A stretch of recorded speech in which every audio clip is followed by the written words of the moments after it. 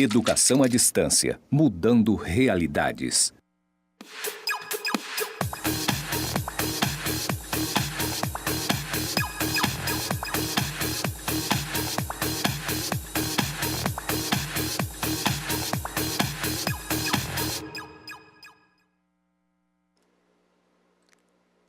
E aí, galerinha, sejam todos bem-vindos aí à nossa teleaula número 4.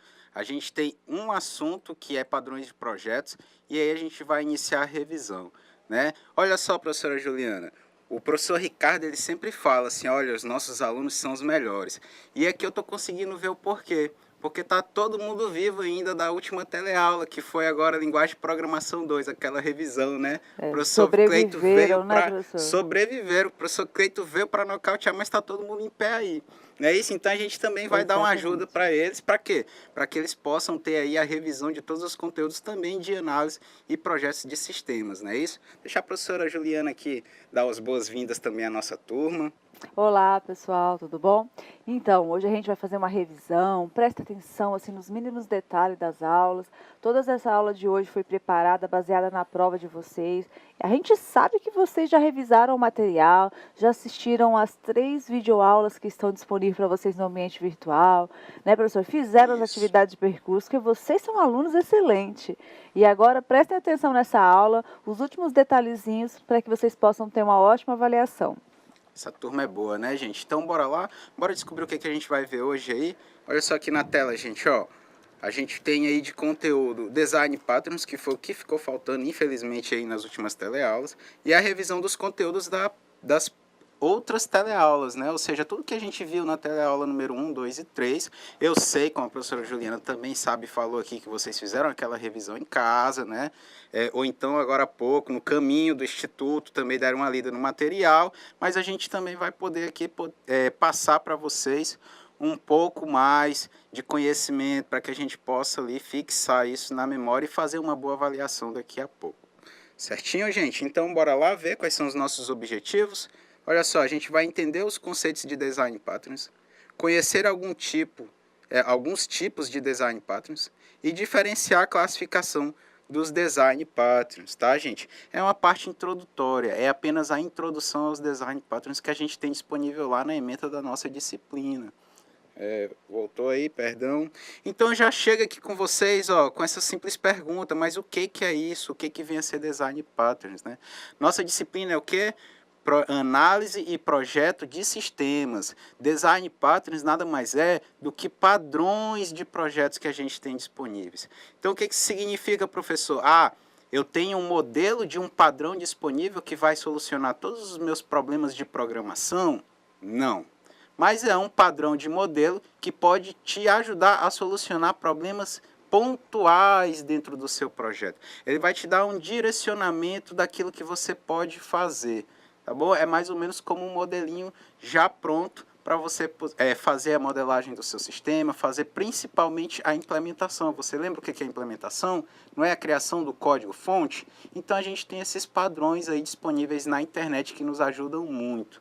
Estou com um problema, fiz análise, fiz o projeto, fiz a implementação, estou com um problema lá na codificação do meu site, não estou conseguindo resolver, seja uma comunicação com o banco, seja na parte de front-end, a gente tem padrões criacionais também, padrões para front-end.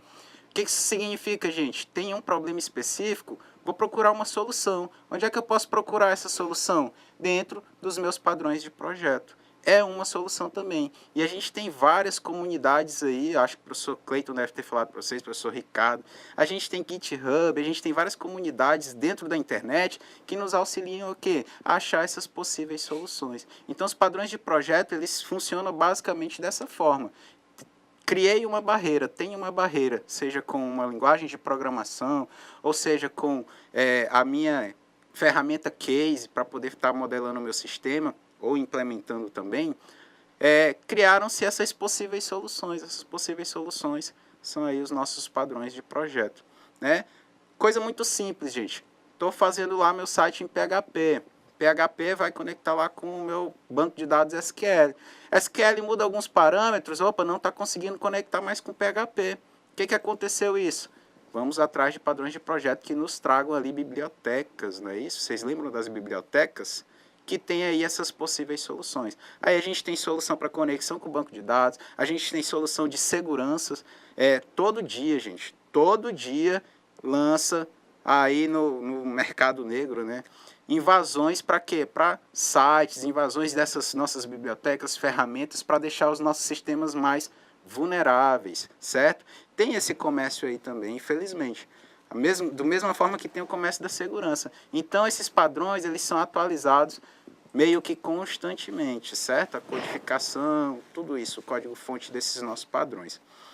Bora ver aqui a definição realmente de padrões de projeto. Eu já peço para que vocês também anotem isso aí, que é importante, tá, gente? Olha só. À primeira vista, o nome pode parecer algo complexo, né? Design Patterns. Que negócio é esse?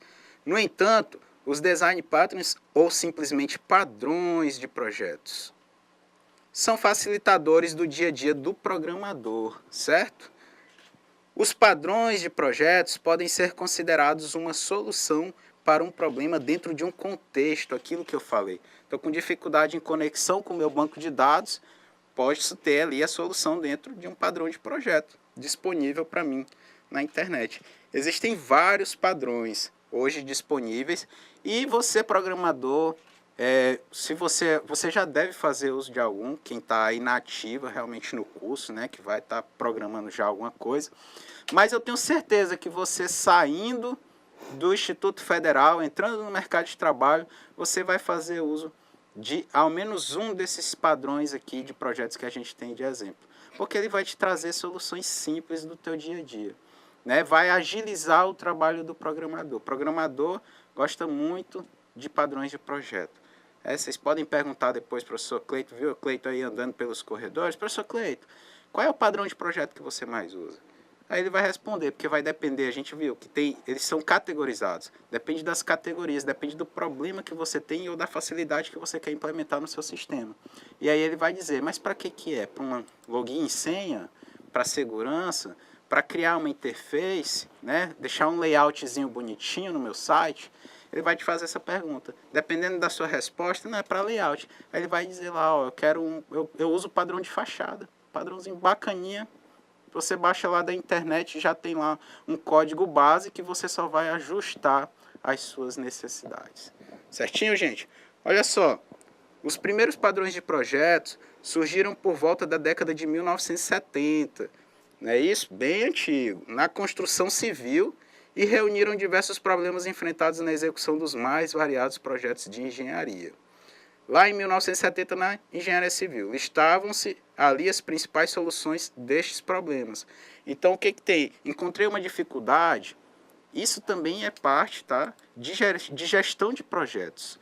Você fazer o quê? Você fazer o registro de tudo que você está trabalhando, não é isso, professora Juliana? Você vai trabalhando dentro dos projetos, você vai fazer o registro. Anotando até mesmo para depois saber como é que foi feito, como é que foi corrigido, né? O que aconteceu, por que teve que usar, né, essa correção durante o desenvolvimento. Justamente. Anotou as coisas boas, também anota as coisas ruins que acontecem no nosso projeto, que fica de quê? Fica de lição aprendida, né? Então, aquela dificuldade, opa, se eu encontrar em um novo projeto, eu já sei como que eu vou contornar. Então, lá na engenharia civil, o pessoal ia construir uma ponte. Viu que se a base começasse próximo do rio, opa, a chance de desmoronar era maior. Então, o que eles fizeram? Será que a gente não pode recuar um pouco mais da margem? Já chegamos numa solução. Na informática, a mesma coisa. Se você já iniciou uma conexão de bancos de dados, passando lá nome e senha de usuário do seu banco, isso é uma fragilidade. Será que eu não posso passar isso de uma forma encapsulada dentro do meu sistema?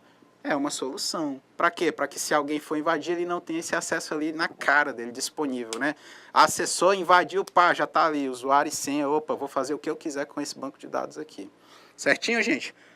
Olha só, na informática, ó, foi por volta de 1987, 30 anos aí, ó, que os programadores Kent Beck e Ward Cunningham propuseram os primeiros padrões de projetos voltados à área da ciência da computação. Em 1995, 4 escritores americanos eles publicaram o livro Design Patterns, que aí é base de tudo que a gente tem hoje, tá? Elementos de reusabilidade, objeto orientado, né? Ou orientação a objeto de software, certo? E aí esse 4 livros, gente, aliás, esse livro que foi publicado em 95 por esses 4 autores americanos, eles gostam de classificar, eles fazem uma classificação desses nossos padrões. Aí o professor Saulo pede para que vocês anotem isso aí também, que é importante. Como é que esses padrões eles podem se classificar? De 2 maneiras possíveis a gente tem essa classificação. Uma é pelo propósito, tá? Qual é a solução que ele vai trazer, qual é o propósito dele, se é em relação a front-end, back-end, enfim, orientação a objetos, toda a parte de programação, principalmente, é em relação ao meu propósito do meu sistema. É essa classificação que ele vai entrar. Então, nesse livro, os padrões de projeto são organizados nesses tipos aqui: criacionais, estruturais e comportamentais. Os criacionais, gente, envolve a criação de instâncias de objetos, certo? Como que eu vou criar os meus objetos dentro do meu sistema? Isso em programação mesmo. Os estruturais permitem a organização das classes ou objetos em estruturas maiores. Como que eu vou estar ligando um objeto com o outro para formar uma estrutura? A gente não viu que na orientação ao objeto a gente não divide, não é modularizado o nosso sistema? Como que eu vou fazer para quê? Para juntando um módulo com o outro criar uma estrutura maior. Aí entra os meus projetos estruturais, padrões de projetos estruturais. E tem os comportamentais, que descreve a forma como as classes de objetos se comportam. Né? Aqui em cima a estrutura não é como que eles se ligam, depois que eles se ligam, como que eles agem, quais são as ações desses meus objetos. Aí é o comportamento, quais são os métodos, né? Esse método não é ação, quais são os métodos que eles executam dentro do meu sistema. Muito parecido com o que? Vocês conseguem lembrar, gente? Ó, isso aqui, ó, são 2 tipos também que a gente tem de quê? De diagramas da UML. A gente tem estruturais, comportamentais, só que ao invés de criacionais a gente vai ter os de interação. Não é isso? Muito parecido, por quê? Porque é orientação a objetos. Além dessa classificação por propósito, gente, ele também tem uma classificação por escopo. O que é o escopo? É a forma que ele é feito, certo? A forma que ele é desenvolvido dentro da orientação a objetos. Então, ele pode ser classificado por classes e por objetos.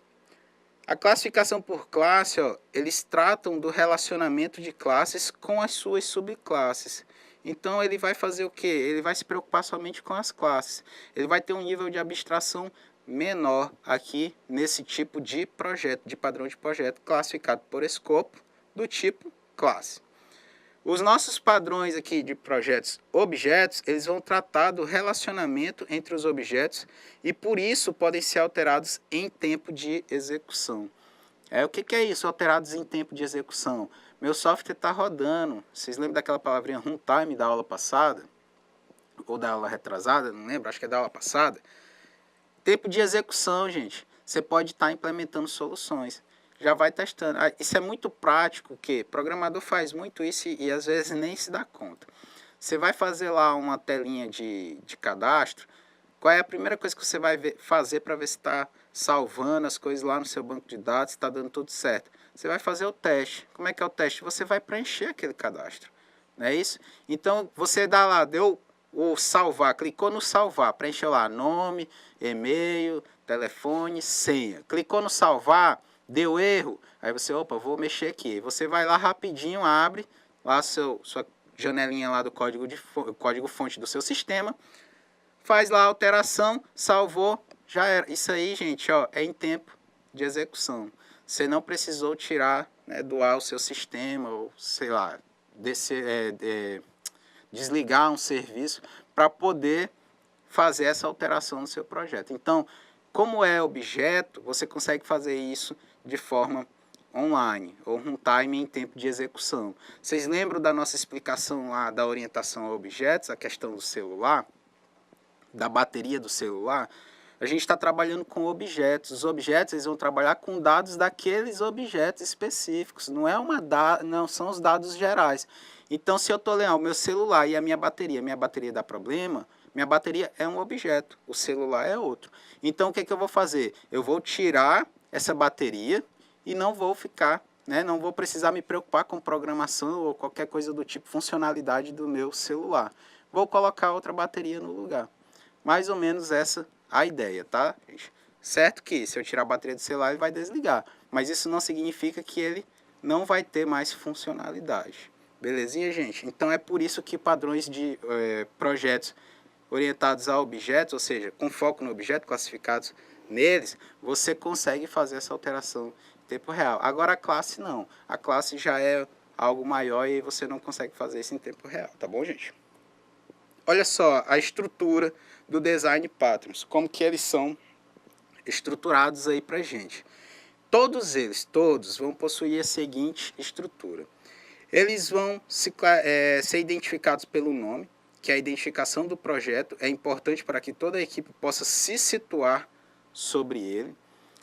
Vai ter um nomezinho específico, a gente vai ver aqui alguns exemplos que a gente já tem disponível aí na internet, você pode baixar isso na internet, comunidades, tem várias fontes que você consegue fazer isso, tá? Problema, ou seja, vai descrever quando se deve aplicar o padrão, não é para resolver uma situação específica dentro de um contexto, então eu vou resolver um problema.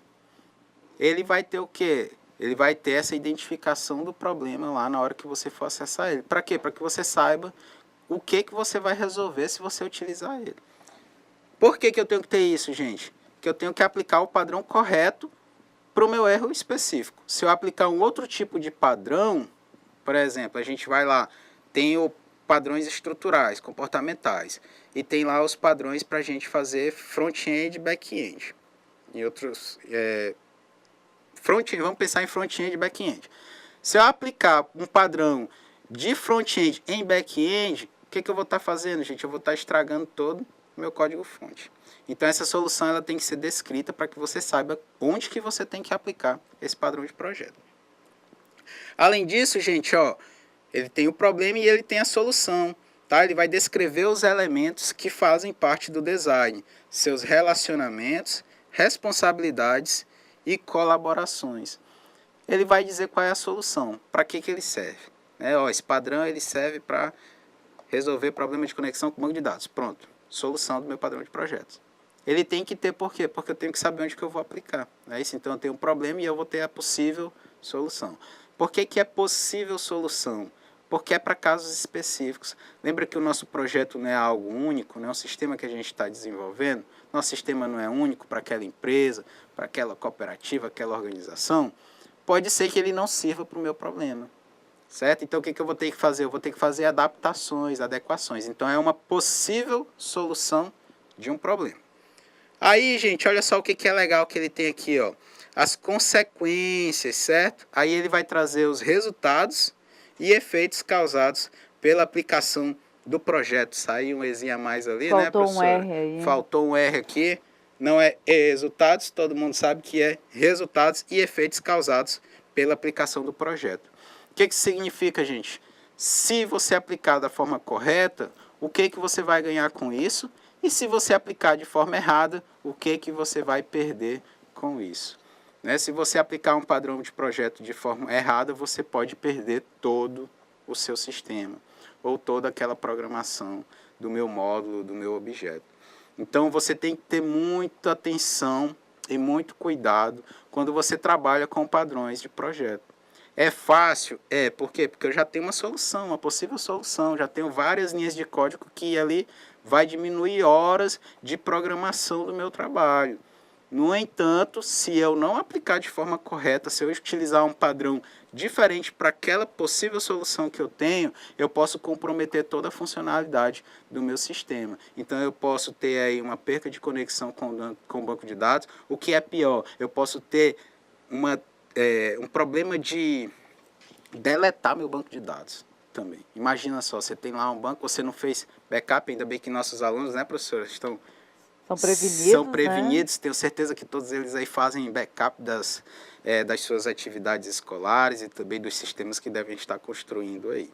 Então, gente, sobre padrões de projeto, o que a gente tem que saber, né? Vão resolver alguns problemas específicos e eles são classificados pelos nossos tipos lá, criacionais, estruturais, comportamentais e pelo escopo, que aí tem lá os padrões que vão tratar o relacionamento entre as classes, o funcionamento das classes e também dos objetos específicos.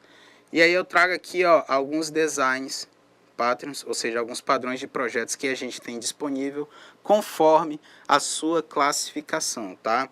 Então, gente, aqui nas linhas, na minha horizontal, eu tenho aqui a classificação por classes e por objetos, e na vertical eu tenho a minha classificação pela minha estrutura, tá? Se ele é criacional, estrutural ou comportamental. Então a gente tem aqui nessa primeira coluna os criacionais. Factory Method é um dos mais utilizados, certo? Você começar lá a sua programação, você chama esse padrão de projeto porque ele já te dá toda a parte inicial. Isso aqui é muito bacana porque ela resolve muito problema de código mesmo. Chega nem a ser problema, mas facilita muito o trabalho do programador porque ele traz código pronto, né? Esse teu código pronto é mão na massa. E aí está disponível em várias comunidades, tá, gente? E aí tem vários outros aqui, Abstract Method, Builder, esse aqui utiliza muito também.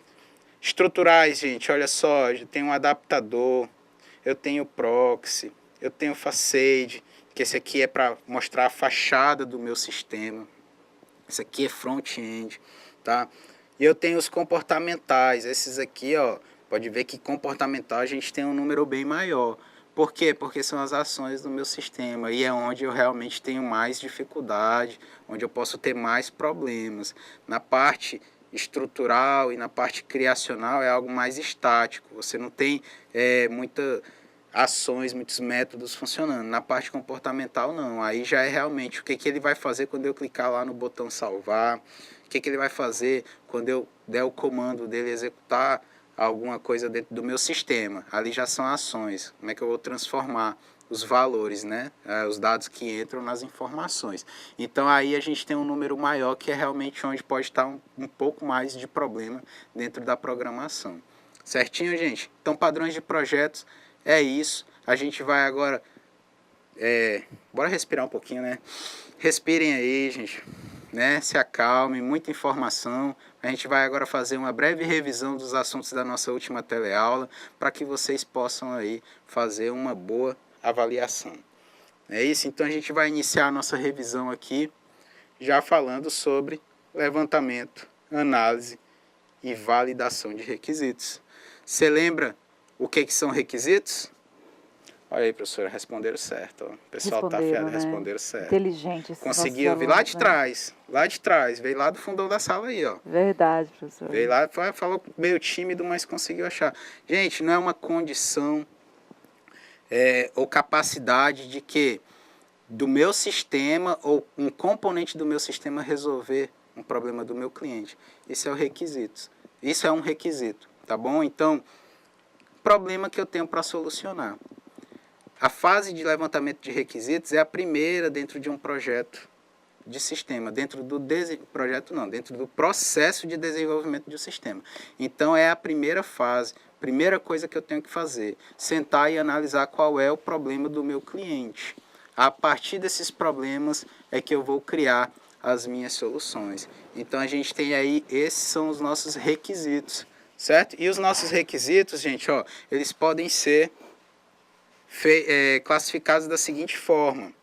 Eu tenho o levantamento de requisitos, que é a compreensão do problema, não é isso? A fase em que eu vou levantar as minhas possíveis soluções. Aliás, vou levantar os problemas do meu cliente.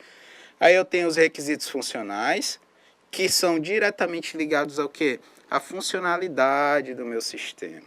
O que o sistema realmente vai fazer, né, professor? Cadastrar um cliente, cadastrar um produto, né, emitir uma nota fiscal, realizar uma venda, né? Isso mesmo. Aí a gente tem também os requisitos não funcionais. São o quê? As características de qualidade dos meus requisitos funcionais. Não é isso, professor? E aí a gente tem, por fim, as restrições. Restrições pode ser aquilo que não pode faltar no meu sistema. Por exemplo, uma restrição para um sistema complexo e que tem um grande número de dados, né? Um banco de dados Poderoso, um SGBD, né, professor? Vamos escolher um SGBD poderoso. Um exemplo bem simples, né, professor, de restrição que a gente pode citar, é um exemplo de um sistema de uma biblioteca, onde o Isso. aluno só pode pegar um novo livro se ele não tiver débito, se ele não dever nenhum livro, se ele não tiver em atraso, ou se ele tiver alguma multa da biblioteca, né? Isso aí é uma questão de restrição. Um outro exemplo, por exemplo, o aluno só pode fazer empréstimo de 3 livros. Então, são restrições, são regras que são impostas para o desenvolvimento do sistema, né, que devem estar presentes quando o sistema estiver funcionando. Né? Então, o aluno não pode ir lá e pegar 4 livros emprestados. O sistema tem que permitir ele simplesmente pegar só 3 livros emprestados e desde que ele não tenha débito, não tenha livros em atraso na biblioteca. Isso mesmo, né, professora?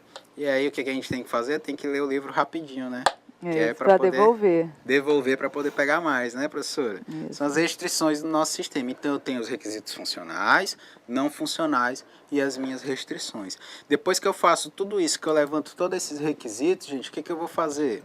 Vou sentar e analisar para ver se realmente estão corretos, se é realmente aquele o problema do meu cliente e se eu tenho ali o grau de detalhes possíveis para que a gente possa seguir nas fases seguintes do nosso processo de desenvolvimento de software.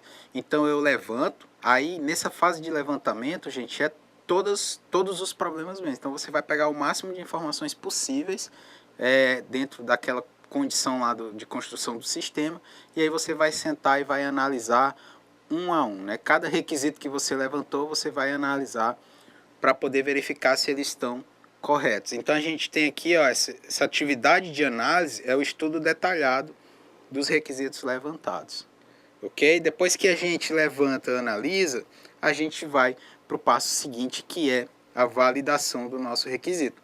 Aí ele vai assegurar que as necessidades do cliente serão atendidas e proporciona uma segurança ao programador. Esse ato de validação não é simplesmente o programador olhar e dizer tá ok, não. É algo formal, tá, gente? Não é uma venda que nós estamos fazendo, não é uma negociação que a gente tem que realizar com o nosso cliente. Então, nós temos que fazer a validação de tudo aquilo que foi feito. Por quê? Porque o cliente pode mudar de ideia mais para frente. Então, não é problema o cliente mudar de ideia, só deixar claro.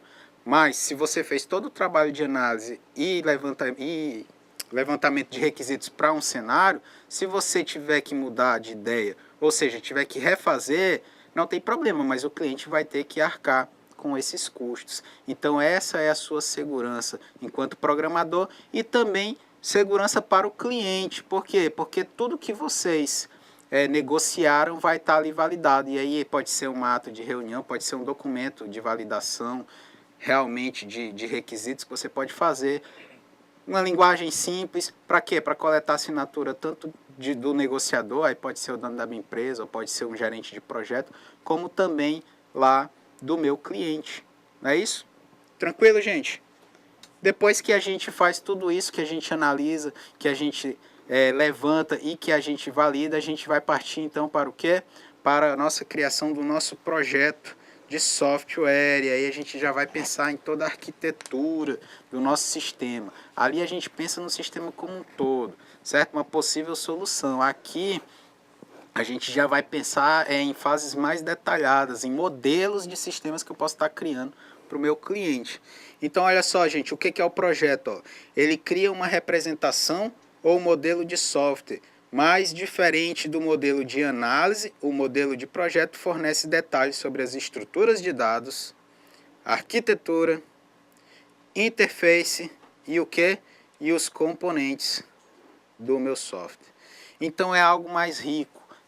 O meu modelo de análise ele se preocupa só com os requisitos, com os problemas pontuais. Aqui, eu já tenho um detalhe maior de informações que eu tenho que levantar para tentar chegar naquela solução. Aí eu tenho que ver quais são as estruturas de dados, quais são os dados que nós vamos trabalhar, o que nós vamos fazer com aqueles dados. A arquitetura, né? Como que nós vamos construir esse sistema. Interface, a parte bonitinha, essa aí é que geralmente o usuário mais vai ver. Né? O que fica por trás da interface, o usuário é indiferente para ele, tanto faz. O que ele quer saber? Ele quer fazer um cadastro de usuário, cadastro de aluno para pegar livro na biblioteca. Ele quer saber que se está funcionando. né? E vai saber o que também, vai ver se vai ser bonitinho, se não vai, mais ou menos isso. Então a interface é a parte que você agrada o seu cliente. Bom, vocês sabem por que, que o programador front-end ele ganha mais do que o back-end? O back-end ele tem mais trabalho. O back-end tem muito mais trabalho porque é a parte do que? Do comportamento do meu sistema, das funcionalidades. O front-end ele é uma parte mais estática, ele é só a foto do meu sistema. Isso é como se fosse lá o trabalho do engenheiro e o trabalho do arquiteto. Ele vai se preocupar com a beleza do meu sistema, o pessoal da front-end aí. E aí, meu amigo, esse pessoal é meio que artista mesmo. Eles conseguem desenvolver coisas bem bacaninhas. E ali é o que é onde ele vai agradar o meu cliente. E por incrível que pareça, funciona. Não é isso? Você vê aí, site, vou dar um exemplo aqui dos bancos. Tem banco que consegue evoluir aí tanto em tecnologia que você fica pensando, meu Deus do céu, como foi que aquele pessoal conseguiu fazer aquilo? E você só vê a parte bonitinha do sistema. Você não vê nada que está ali por trás daquela programação. E se você trouxer algo bem bacaninha e bem bonitinho para o seu cliente, a chance dele fechar negócio com você vai ser maior do que se você não trouxer isso. Então o pessoal aí da front-end é um pouco mais valorizado no mercado de trabalho por conta disso, tá? O pessoal que é muito bom aí nessa parte de programação de interface. Depois a gente vai lá na componentes do software, né? A gente não vai modular, não vai trabalhar ali com os módulos, a gente vai dividir isso e vai trazer ali os componentes do meu sistema. Componentes, linguagem de programação, banco de dados, diagramas, e aí vai entrar tudo que a gente tem disponível aí, certo? Necessários para implementar o meu sistema, ou seja, tudo isso é necessário para quê? Para a gente criar o código-fonte do nosso sistema. Tudo isso, gente, olha só, o tamanho da definição de projeto. Tudo isso é só a definição ali do meu projeto. Então é muita coisa. Dentro de um projeto eu tenho várias atividades para serem realizadas. E quem é que vai fazer isso? Quem é que vai ser o responsável por essas atividades dentro do meu projeto? O nosso engenheiro de software. Não é isso? Ah, então eu não vou me preocupar com isso. Falei aqui na nossa teleaula. Gente, empresas aqui da nossa região, não se tem essa figura de engenheiro de software que vai se preocupar só com o projeto do sistema ou com a fase completa do processo de desenvolvimento. Você pode ser o responsável por criar tudo isso, né? A gente tem ali uma carência de profissionais na área de TI. A gente tem empresas que você vai ser responsável por todas as fases. Então, meu amigo, se você acha que não deve ficar preocupado porque isso é trabalho de engenheiro, pode se preocupar, porque eu tenho certeza que você vai ter que fazer ali todas as fases de um processo de desenvolvimento de software, incluindo o projeto, tá bom? Olha só, qual é o resultado do meu projeto? Ó? O meu projeto ele vai produzir o quê? Ele vai produzir um projeto de dados e classes. Quais são as classes que eu vou estar trabalhando dentro desse meu projeto?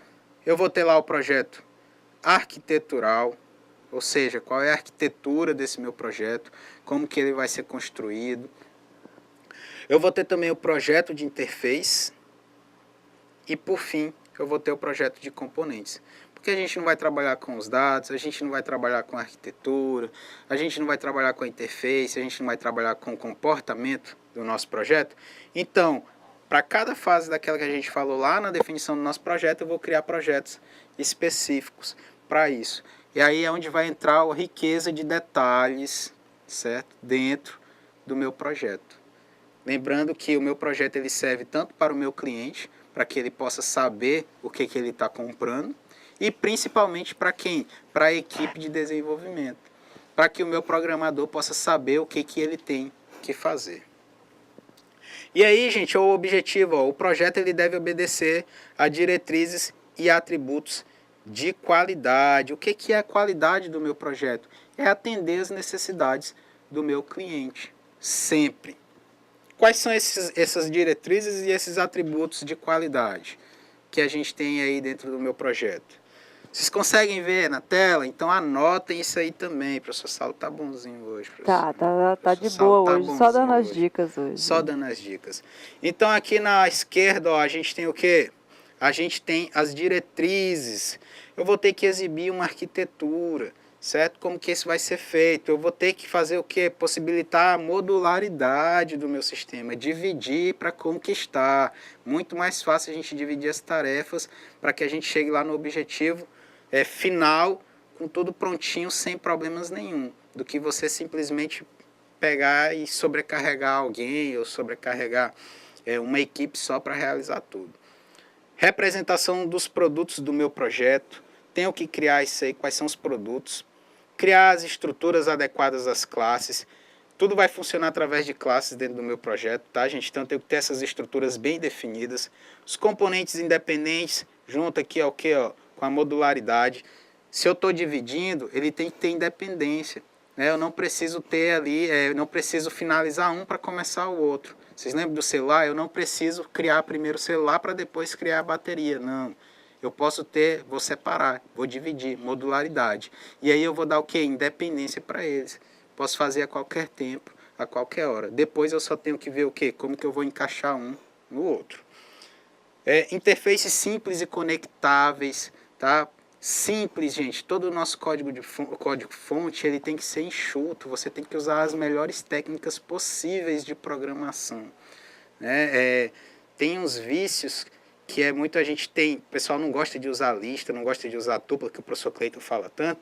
Aí o que ele vai fazer? Ele vai usar if else, if else, if else, if else, if else, if else, e aí vai trazer 3.000 linhas de código de programação no meu sistema, sendo que se eu utilizasse uma outra técnica eu ia trazer 3 linhas de código. Então isso é uma interface simples, isso é programação simples dentro do meu sistema. Certinho, gente? Deve ser passível de repetição. Gente, a orientação a objetos ela traz o quê? Traz a herança. É uma coisa bem bacana que a gente tem dentro dessa programação, que na estruturada a gente não tem. Então, através da herança, eu posso o quê? Eu posso herdar dados, aliás, posso herdar código-fonte. E aí eu tenho um trabalho menor, já que eu já tenho esses dados disponíveis, esse código-fonte disponível. Então, eu não preciso me preocupar em refazer o trabalho sempre. Eu já posso pegar aquilo que está pronto. E ele tem que ter uma notação efetiva, ou seja, tem que ter efetividade no meu sistema. Aí aqui, gente, ó, os atributos. Notem os atributos aí, ó. De qualidade, né, professor? Tudo isso é qualidade. Isso, as diretrizes e atributos que o nosso projeto deve possuir para quê? Para que o meu sistema tenha qualidade. Para que ele possa realmente atender às necessidades que o cliente e o negócio necessita lá. Justamente. E aí, meu amigo, eu vou te dizer uma coisa, olha só. Tudo está ligado um com o outro. Eu tenho que atender essas 8 diretrizes, para quê? Para me ter esses 5, não é isso? 5 atributos de qualidade. Se eu falhar em um aqui, eu não vou conseguir ter os atributos. Se eu falhar nas diretrizes, que são os caminhos, eu não consigo chegar nos meus atributos. Certo? E aí eu tenho o que aqui? Ó, eu tenho o meu atributo de funcionalidade. Meu sistema tem que funcionar. Né? Ele pode ser feio, pode ser código ruim, mas se ele está funcionando, ainda atende ao atributo. Usabilidade. Vocês lembram que a professora Juliana falou lá do botãozinho de fechar, não é isso? A gente tem que lá, o meu cliente, ele não já está acostumado a saber que lá no canto superior direito, um xizinho vermelho é fechar um programa. Se eu colocar lá embaixo, o que vai acontecer com o meu cliente? Vai ficar perdido. Então a minha usabilidade do meu sistema fica comprometido, certo? E ele tem que ter usabilidade para quê? Para atender aos objetivos do meu projeto, do meu sistema também. Confiabilidade. Quando a gente trabalha com modularidade, a gente tem muita confiança, a gente pode criar confiabilidade dentro do nosso projeto e é algo que realmente trouxe de inovação dentro da orientação a objetos. Por quê? Porque são independentes. Né? O que isso significa, gente? Ele está até ligado aqui com esse último que é suportabilidade, ou seja, a possibilidade de dar suporte ao meu sistema. Lembra que vamos voltar aqui para o celular, se a minha bateria falhar e eu precisar trocar ela, eu posso dar um suporte fácil e rápido. Eu só arranco aquela bateria, jogo fora, coloco outro aqui e conecto no meu celular. E o meu celular não vai perder nenhuma configuração, não vai perder nenhuma funcionalidade. Então isso é o quê? Isso é confiabilidade. Eu troquei um objeto ou eu melhorei um objeto e o meu sistema como um todo não perdeu nenhuma função. Além disso, ser confiabilidade é o quê? Suportabilidade. De maneira rápida eu resolvi um problema, que é ali a troca de bateria. E aí a gente tem, por fim, aqui, ó, o desempenho, não é isso, gente? Como atributo de qualidade do nosso sistema. Ele tem que ter um bom desempenho. Não adianta nada lá eu ter uma usabilidade, funcionalidade, suportabilidade, se eu tiver que passar meia hora para fazer um cadastro de um usuário no meu sistema.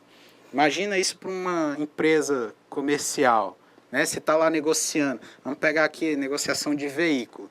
O cliente vai comprar um veículo primeiro que é um produto caro. Então ele tem várias o quê? Ele tem várias opções no mercado. Mas hoje tem várias opções mesmo, não é isso, professor? Muito. Se você tiver que gastar meia hora para fazer um cadastro desse seu cliente no sistema, ele vai embora. Ele não fica lá. Então as coisas têm que funcionar de forma rápida, tem que ter desempenho. Aí, gente, a gente vai entrar aqui o quê? Ó, na caracterização e aplicação de metodologias e ferramentas de modelagem de sistemas orientados a objetos. Aí a gente vai falar também do nosso ML e os nossos diagramas que a gente tem disponível da nossa ML. Lembrar o quê? Ó? Lembrar que existe aquelas mesmas fases, levantamento e análise de requisitos, o projeto e a programação, que também pode ser colocado aqui como implementação, sendo que todas essas atividades são o quê?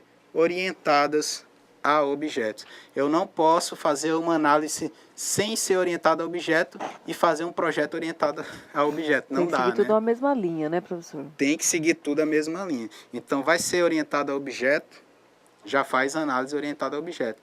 O que é análise orientada a objeto? Vai fazer abstração, não é isso? Você vai focar nos objetos dentro do meu projeto. Aí, gente, depois que eu faço isso, ó, depois que eu projeto de forma orientada a objeto, eu vou ter o quê? Eu vou ter que fazer a minha modelagem, criar modelos do meu sistema orientado a objetos. Hoje, gente, para a gente fazer isso, a gente utiliza a técnica UML, que é o quê? É a junção das técnicas OMT, Bush e OOSI para a criação dos 3 modelos que eu tenho disponíveis. Modelo de objeto, anotem isso também, modelo dinâmico e o modelo funcional. Então, se a gente tem lá um modelo de objetos, ele vai fazer o quê? Ó? Ele vai detalhar a estrutura dos objetos do meu sistema. Lembra que isso aqui é de uma forma estática? Eu vou me preocupar como que é esse objeto, quais são os dados desse objeto e as possíveis relações. Só que isso tudo é uma análise estática. Eu não vou me preocupar com a funcionalidade desses objetos ou com o comportamento deles dentro do meu sistema ainda. Vou prever, mas não vou me preocupar com isso aqui. Depois que eu construo o modelo objeto, gente, eu vou criar o modelo dinâmico. Modelo dinâmico, ó, está em movimento, aspectos do sistema, ou seja, a sequência de eventos que vai acontecer. Aí aqui a gente tem lá o nosso modelo, o nosso diagrama de sequência que eu falei, que é o que eu mais gosto, né? Que a gente pode dar um exemplo assim, professor, na questão de um diagrama de sequência para executar um saque num caixa eletrônico. Quais são os passos, os eventos que acontecem até vocês conseguirem tirar o dinheiro lá da abertura, lá onde é liberado o dinheiro? Então, existem vários passos aí, desde inserir o cartão, a máquina reconhecer o cartão, solicitar a senha, né, primeiro numérica para vocês, todos os passos, reconhecer a senha, verificar o valor que vocês querem sacar, verificar se tem saldo na conta de vocês. Então, tudo isso daí é descrito no modelo, né, dinâmico, na sequência de eventos que são realizados até conseguir realizar o saque de tirar o dinheiro do caixa eletrônico. Justamente, depois que a gente faz um modelo de objetos e o modelo dinâmico, a gente vai construir o nosso modelo funcional. E aí o modelo funcional ele vai se preocupar com a transformação de valores. O que é isso, professor? Gente, isso aqui já é o processamento do meu sistema. Então, o professor lá no início não pede para você fazer. Quero que o usuário digite um número A e um número B e depois você vai printar a soma do número A mais B. O usuário vai fazer o quê? Ele vai colocar o dado ali. Qual é o dado? Ele vai colocar um número, primeiro número 10, outro número 20. O que o meu sistema vai fazer? O meu sistema vai fazer a soma. Ele vai transformar os 2 dados que o meu cliente deu em quê? Em um resultado que é o 20. Não é isso? Dentro desse nosso exemplo. Então, aí é isso que se preocupa o modelo funcional. É como que o meu sistema vai trabalhar em outros aspectos e transformar esses valores. E aí a gente tem os diagramas da UML. certo? A gente tem aí, deixa eu ver se vai passar aqui, ó, diagramas estruturais. Aí a gente destaca o diagrama de classes, tá? Que é o mais utilizado. Os diagramas comportamentais, entra em destaque aí o diagrama de casos de uso. Também é o mais simples e o mais utilizado, por quê? Porque ele é o que vai me dar ali uma possível chance de negociar alguma coisa com o meu cliente. Eu tenho uma visão bem simplória do meu sistema através do caso de uso. E esse é o objetivo, por quê? Porque eu vou estar explicando para quem não conhece de programação.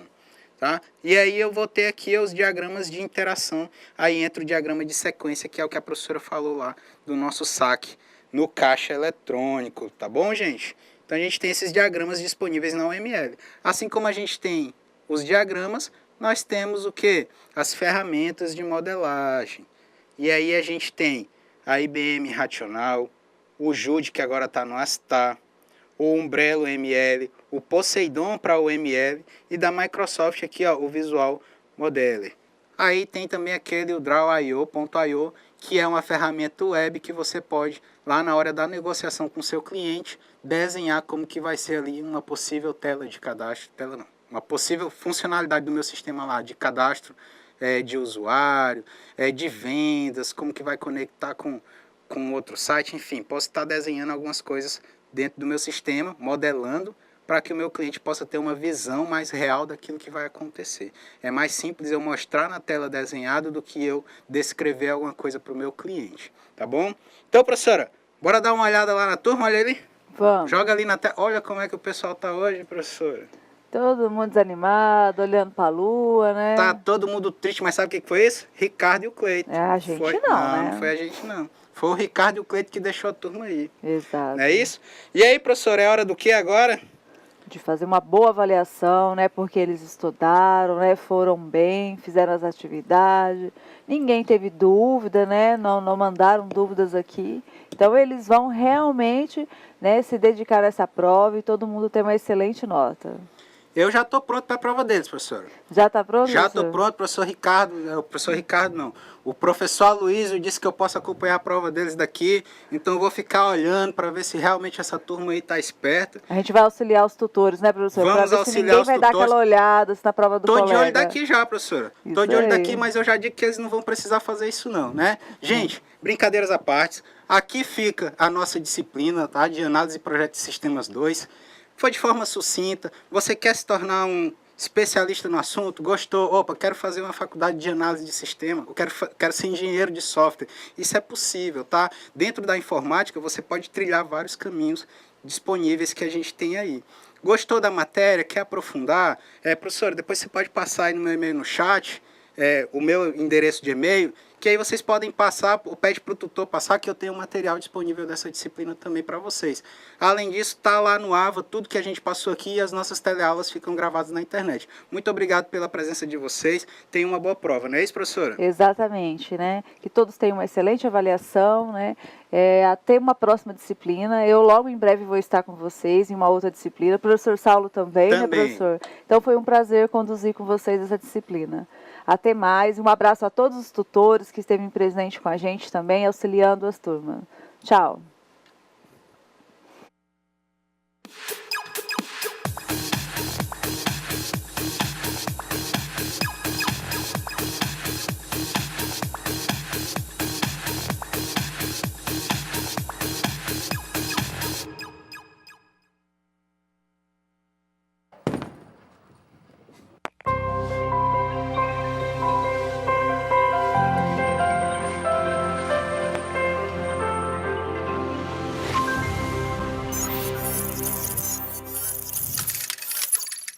Educação à distância, mudando realidades.